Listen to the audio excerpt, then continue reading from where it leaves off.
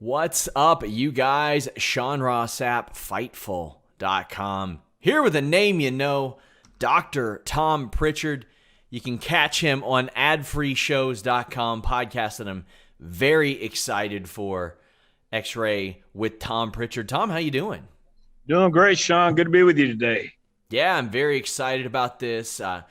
You have a wealth of professional wrestling knowledge that you've shared with a lot of people over the last few decades, and I'm really excited to hear a little bit about it, and they can hear about it more on your show.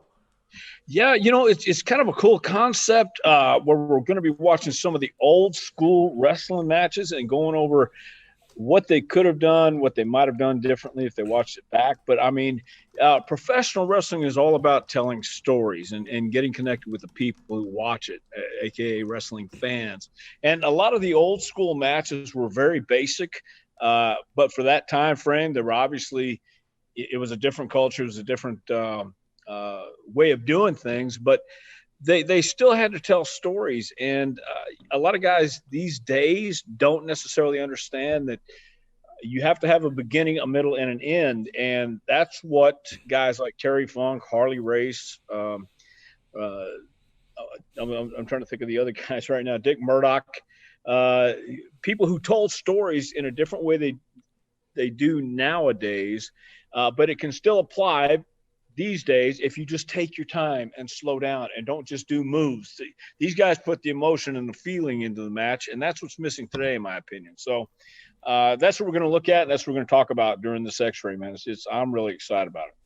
And you, as I mentioned, have imparted your knowledge to tons of people over the years. How was that first brought to you by WWE? Like, hey, we want to get you involved with molding minds for us.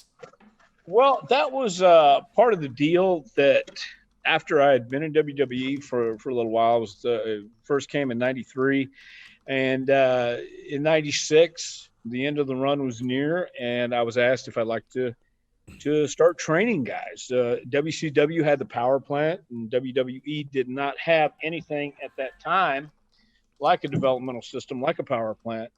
And the office decided they wanted to develop their own stars and do something similar. And the first three guys was a bodybuilder named Akam Albrecht.